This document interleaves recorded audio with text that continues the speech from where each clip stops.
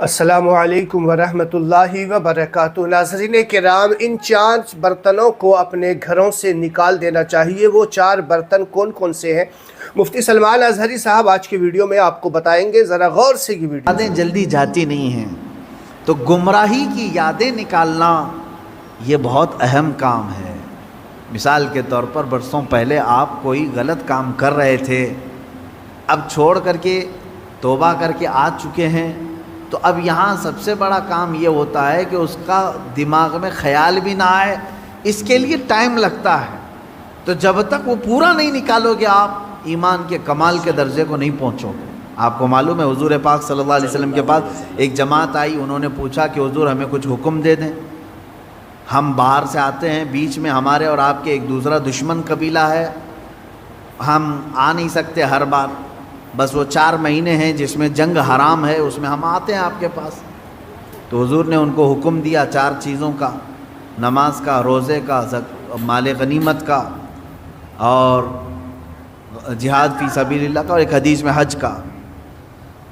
اور پھر فرمایا میں 4 چیزوں سے تمہیں روکتا ہوں، 4 چیزیں کبھی مت کرنا۔ وہ 4 چیزیں کیا تھی؟ یعنی نقیر، دبا، حنتم، مزیفت، یہ چیزیں 4 پیالوں کے نام حضور نے گنائے۔ کدو کو کاٹ کر کے بیچ میں سے گول ہوتا ہے، اندر کا مغز نکالیں تو کھٹوری بن جاتا ہے، اس کو سکھا کر کے عرب والے اس میں شراب ڈال کے پیتے تھے۔ لکڑی کا گلاس بناتے تھے، لکڑی گول کاٹ کر کے بیچ میں سے اس کا سب نکال کے ایک گلاس بن جاتا، اس میں شراب رکھتے تھے۔ یعنی بالکل وہ لوگ اوریجنل چیزیں، نیچرل چیزیں شراب کے لیے استعمال کرتے تھے۔ یہ 4 قسم کے پیالے ہیں جن کا تذکرہ میں نے ابھی کہا۔ حضور نے فرمایا یہ ختم کر دو، یہ پیالہ، لکڑی کا پیالہ، کدو سے بنایا ہوا پیالہ، وہ کلنگڑ سے بنایا ہوا پیالہ، یہ ختم کر دو۔ شراب کی بات نہیں ہے اس میں، پیالے ختم کرو، پیالے توڑو۔ گئے انہوں نے پیالے توڑ دیے۔ اس میں حکمت کیا ہے؟ محدثین فرماتے ہیں شراب تو چھوڑنا ہی تھا انہیں، لیکن وہ پیالے نہیں رکھنا ہے جس میں شراب پیتے تھے۔ وجہ یہ ہے کہ جب جب پیالہ دیکھیں گے وہ شراب یاد آئے گی، اس میں ایسا پیتے تھے ہم۔ یہ اسلام ہے جو جڑ کو ختم کرنا چاہتا ہے۔ آپ ظاہر سی بات ہے اس بچڑے کو تو ختم کیا گیا، مار دیا گیا، لیکن حکم آیا کہ اس کا تصور بھی نہ آئے۔ ان کے دلوں میں وہ رچ بس گیا تھا بچڑا، جب دیکھو وہ بچڑے کا ہی تذکرہ کرتے تھے۔ اب اس طرح کے جو گمراہیاں آج تک لوگوں کے دلوں میں ہیں انہیں ختم کریں۔ پہلے کچھ لوگ کچھ عمل کرتے تھے جو ناجائز و حرام تھا گھروں میں، ہم نے تنبیہ کی، تلقین کی کہ یہ ناجائز ہے، حرام ہے، نہ کریں۔ چھوڑ تو دیا انہوں نے، لیکن جب جب وہ اوکیشن آتے ہیں تب تب پھر سے ان کی یاد آتی ہے۔ وہ خرابیاں جن کو تم چھوڑ کر کے آئے ہو یاد دلاتا ہے، ایک بار اور چلا جاؤ۔ اس کے لیے کثرت سے یہ پڑھا کریں، جب جب ایسا وسوسہ آئے کہیں اعوذ باللہ من شر الشیطان الرجیم۔ آج ہی صبح گناہ سے توبہ کیا، سوچا کہ نہیں کروں گا یہ گناہ، لیکن رات ہوتے ہی پھر خیال آیا ایک بار اور کر لو۔ میں بتا رہا ہوں فوراً اس وقت یہ پڑھو اعوذ باللہ من شر الشیطان الرجیم۔ اے اللہ میں تو چھوڑ چکا تھا، شیطان مردود پھر مجھے لا رہا ہے وسوسے، میں تیری پناہ مانگتا ہوں مردود شیطان کی شرارتوں سے۔ یہ باتیں یہاں تک ختم ہو گئیں، اور آگے کی جو آیت میں نے تلاوت کی تھی آج کی، اس میں اللہ تعالیٰ نے یہ فرمایا ہے کہ بنی اسرائیل کو ایک حکم یہ بھی تھا کہ یہ جب بیت المقدس میں جائیں تو سجدے کی حالت میں جائیں، لیکن ان میں سے بہت سارے نافرمان ایسے تھے کہ وہ اپنی سرین کو گھسیٹتے ہوئے ایسے جا رہے تھے۔ حکم ہوا تو سجدہ کر کے جائیں، لیکن وہ مذاق کے طور پر سرین اپنے گھسیٹتے ہوئے اس طرح سے بیت المقدس میں جانے لگے۔ ایک نافرمان یہ کیا انہوں نے، اور پھر اللہ نے فرمایا تھا ہفتے کے دن شکار نہ کرنا، سنیچر کے دن شکار کرنا ان کے لیے حرام تھا۔ تو یہ بنی اسرائیل کیا کرتے تھے؟ جمعہ کے دن جال لگا کے آتے تھے مچھلیوں کا، اور اتوار کو جا کر کے لے کے آتے تھے۔ کہتے ہم سنیچر کو شکار نہیں کیے، جمعہ کو جال لگائے تھے، اتوار کو لے کے آئے۔ پھر مچھلیاں کون سے دن پھنسی تھی ہیں؟ تو اس طرح ہیلے بہانے کس کے لیے کرتے ہیں؟ اللہ کے لیے. وہ اللہ کو دھوکہ دینے کی سوچتے ہیں. جیسے کچھ لوگ زکوٰۃ چھپانے کے لیے کرتے ہیں. سال ہونے سے پہلے کسی کو مالک بنا دیا. بھائی سال نہیں ہوا میرے پاس, وہ 6 مہینے رکھا, اس نے واپس لوٹا دیا. تو یہ بنی اسرائیل کی وہی حرکتیں ہیں میرے عزیزو. اللہ کا عذاب آئے گا ان چیزوں پر. تم ایک دوسرے کو چھپا سکتے ہو بہت ساری باتیں, لیکن اللہ رب العزت سے کوئی چیز نہیں چھپے گی. تمہارے دلوں کے حالات سے وہ باخبر ہے. اور اللہ نے فرمایا ہم نے ان سے گاڑا عہد لیا تھا کہ یہ چیزیں نہیں کرو گے, پھر بھی انہوں نے کیا. فَبِمَا نَقْضِهِمْ مِيثَاقَهُمْ, اللہ فرماتا ہے تو ان کی کیسی بدعہدیوں کے سبب ہم نے ان پر لعنت کی ہے. یعنی وعدہ خلافی کرتے تھے یہ بنی اسرائیل یہودی, توبہ کرتے تھے اللہ آئندہ سے ایسا کبھی نہیں کریں گے, بچڑے کی پوجا میں لگ گئے. فرعون سے تو نجات دے دے, ہم سب چھوڑ دیں گے, اللہ نے نجات دی, پھر وہی کرنے لگے. اور پھر اللہ تبارک و تعالیٰ نے ان سے فرمایا تھا کہ تم سجدہ کر کے جاؤ گے بیت المقدس میں. یہ جان بوجھ کر کے انہوں نے اپنے پیچھے والا حصہ گھسیٹتے ہوئے زمین پر اندر گئے. اور کہنے کا حکم تھا ان کو حتۃ نغفر لکم, مغفرت ہو اے اللہ. تو لیکن وہ کیا کہہ رہے تھے؟ حبۃ, اے دانہ ہی دانہ ہے, اناج ہی اناج چاہیے ہمیں. ایسی نافرمان قوم تھی.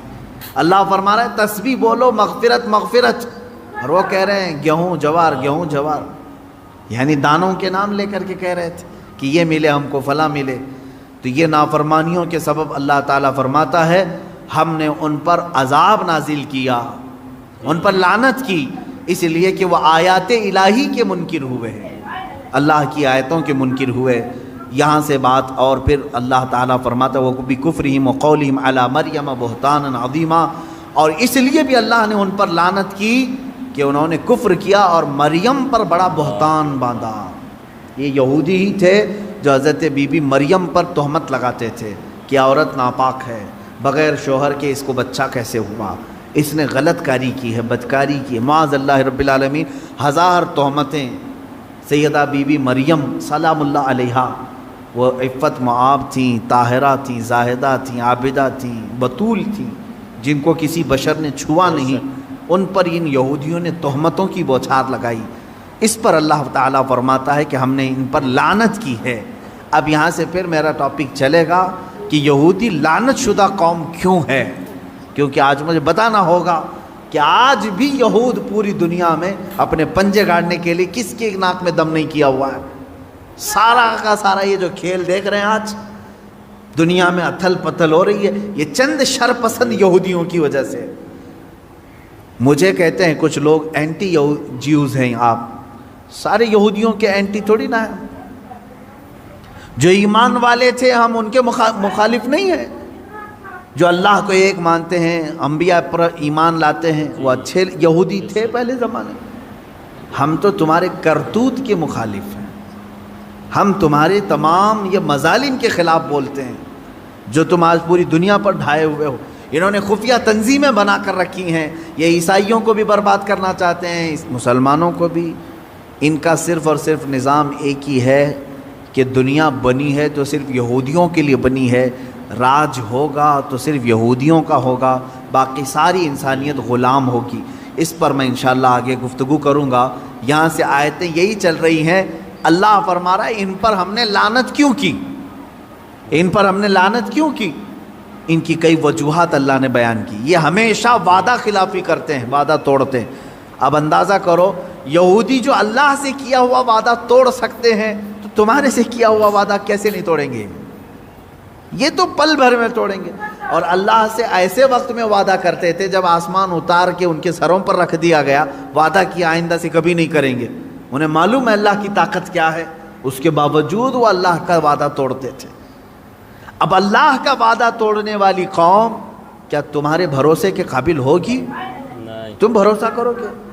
حیرت ہے آج سعودی عرب اسرائیل پر بھروسہ کر رہا ہے. جو اللہ کا وعدہ توڑتی ہے وہ سعودی کا وعدہ کیوں نہیں توڑے گی؟ یہی یہود ہیں جو آج اسرائیل میں ہیں. حیرت ہوتی ہے. ابھی سعودی عرب نے اپنے تعلقات جو استوار کیے ہیں اسرائیل سے وہ یوں ہی نہیں کیے.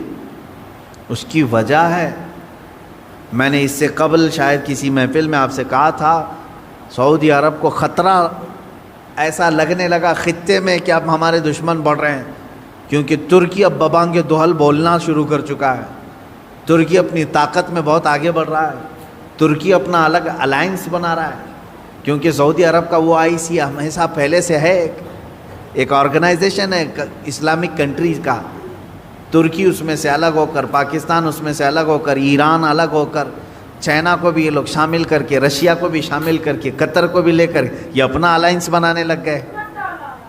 خوف، یہ سیاسی معاملات ہیں جو دنیا کی سیاست پر نظر رکھتے ہیں، اچھی طرح جانتے ہیں۔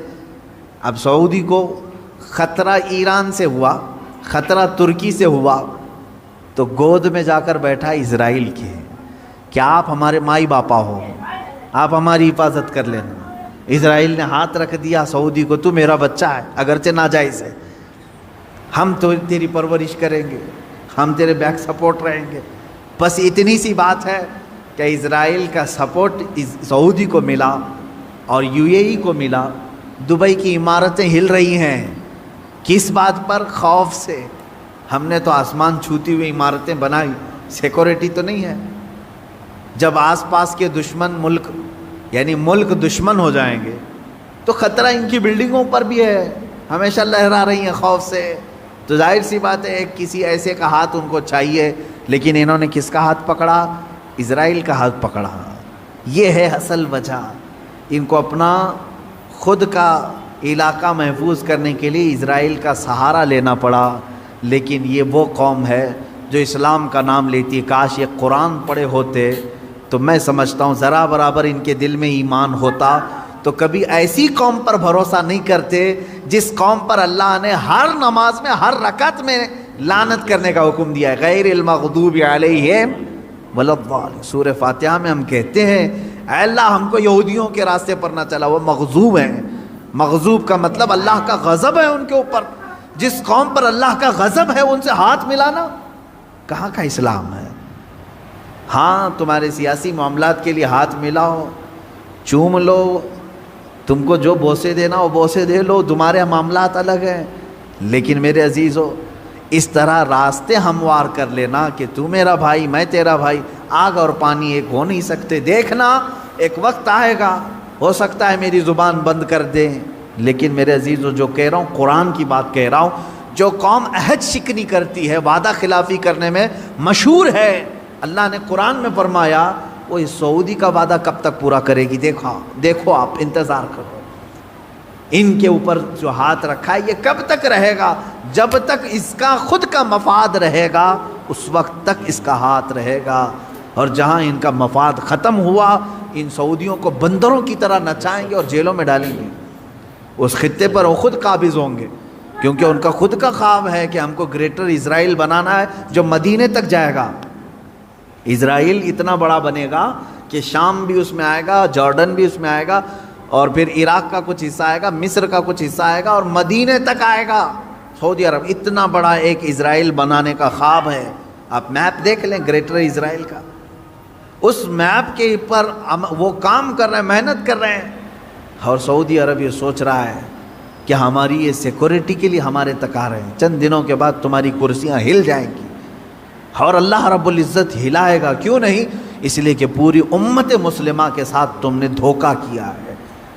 خادم الحرمین شریفین کہہ کر کے، یہ جن کے بارے میں اقبال نے بہت پہلے کہا تھا، یہی وہ شیخ حرم ہے جو چرا کے بیچ کھاتا ہے، گلی میں بو زردلق اویس و چادر زہرا۔ یہ اقبال کا قول ہے۔ یہاں جتنی مقدسات تھی ان کو بیچ کر کھانے کے لیے بیٹھا ہوا شیخ حرم ہے یہ۔ در حقیقت یہ نہ خادم الحرمین ہے، نہ خادم الاسلام ہے، نہ خادم المسلمین ہے، یہ تو صرف خادم الیہود ہے۔ خادم الیہود ہے، وہ جو کہے۔ تو آپ نے ویڈیو مکمل دیکھ لیا، پوری بات آپ کو سمجھ میں آ گئی ہوگی۔ چینل پہ نئے ہیں تو چینل کو سبسکرائب کر کے بیل آئیکن کے بٹن کو ضرور دبا لیجیے۔ السلام علیکم ورحمۃ اللہ وبرکاتہ۔